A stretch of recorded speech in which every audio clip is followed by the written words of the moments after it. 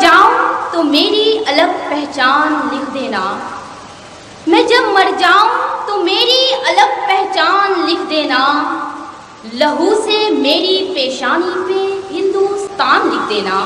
صدر عالی وقار، منصفان بزموں اور شریکان محفل، یہ جامع مسجد کی سیڑھیاں، یہ لکھنؤ کی خون آلود محرابیں، یہ انڈیا گیٹ ستون، یہ حیدرآباد کے چار مینار، یہ گیٹ وے آف انڈیا کی لہریں، یہ علی گڑھ مسلم یونیورسٹی کا ترانہ، یہ JNU اور جامعہ ملیہ کے سسکتے در و دیوار، یہ دہلی، کانپور، الہ آباد، بھیونڈی، ممراج، جلگاؤں، مالیگاؤں اور ممبئی کے شاہین باغ کی پرعزم پکار حکومت وقت سے کہہ رہی ہیں کہ سبھی کا خون ہے شامل یہاں کی مٹی میں۔ گھبراؤ نہیں عزیزو، تم وہ ہو جو کہتے تھے شیر کی ایک دن کی زندگی گیدڑ کی 100 سالہ زندگی سے بہتر ہے۔ تم وہ ہو جنہوں نے تختہ دار پر کہا تھا سرفروشی کی تمنا اب ہمارے دل میں ہے، دیکھنا ہی زور کتنا بازوئے قاتل میں ہے۔ تم وہ ہو جن کے خون سے شاملی کا بنجر میدان شاداب ہو گیا۔ تم وہی ہو جو توپ کے دہانے پر بھی انقلاب زندہ باد کہتے تھے۔ تم وہی ہو جن کی لاشیں دہلی سے لاہور تک سڑک کے دونوں کناروں کے درختوں پر لٹکائی گئیں۔ اس لیے راحت اندوری نے کہا کہ سبھی کا خون شامل ہے یہاں کی مٹی میں، کسی کے باپ کا ہندوستان تھوڑی ہے۔ عزیزو، بھولو نہیں، وہ تمہارے ہی اجداد تھے جو آزادی وطن کے لیے کالا پانی کی سزائیں جھیل گئے، لیکن انگریزی سرکار کے حضور معافی نامے نہیں لکھے۔ مجھے کہنے دیں حاضرین کہ مولانا ابوالکلام آزاد نے فرمایا تھا کہ مسلمانوں، اس ملک کی تقدیر کے بنیادی فیصلے تمہاری رائے کے بغیر ادھورے رہیں گے۔ مہاتما گاندھی نے کہا تھا کہ یہ ملک جتنا ہندوؤں کا ہے اتنا ہی مسلمانوں کا ہوگا، لیکن آج اس ملک کا مسلمان کہاں کھڑا ہے؟ وہ قوم جس نے اس ملک پر 800 سال حکمرانی کی، وہ قوم جس نے اس ملک کو سونے کی چڑیا بنایا، وہ قوم جس کے 50,000 علماء کرام نے آزادی کے لیے پھانسی کے پھندے کو چوما، وہی قوم آج حاشیے پر، وہی قوم آج اپنی شہریت کے ثبوتوں میں الجھ گئی۔ عجب مقام پہ انسان کا بسیرا ہے، عجب مقام پہ انسان کا بسیرا ہے، چمن ہے کنجے قفس راہ بر لٹیرا ہے۔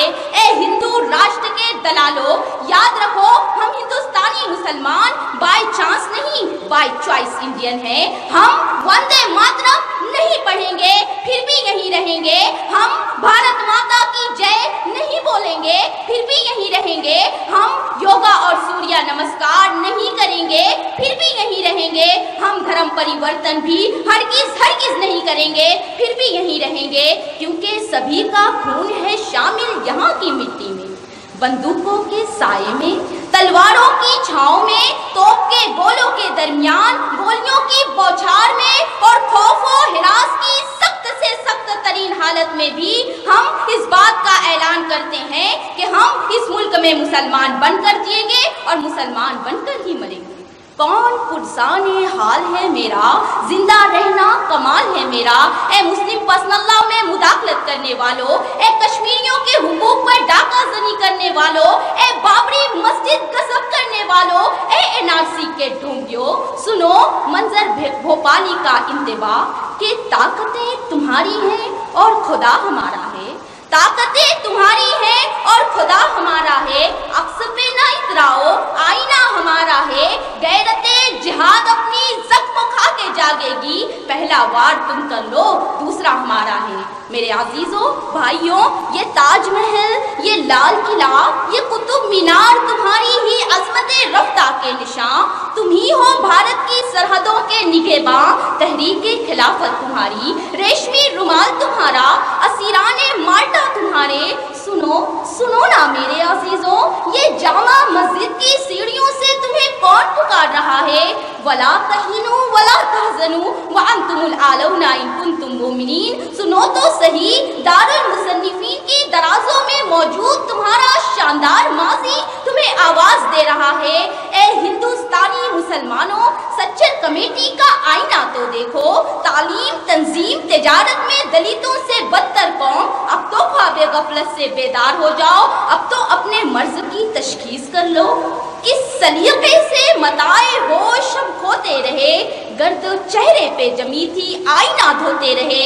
میرے ہم وطنوں، یقیناً حالات نازک ہیں، ہوا مخالف ہے، تمہارے لیے زمین تنگ کی جا رہی ہے، تمہاری درسگاہیں خطرے میں، تمہارا ملی تشخص خطرے میں، تمہاری شریعت خطرے میں، تمہاری شہریت بھی خطرے میں، تمہارا وجود بھی خطرے میں۔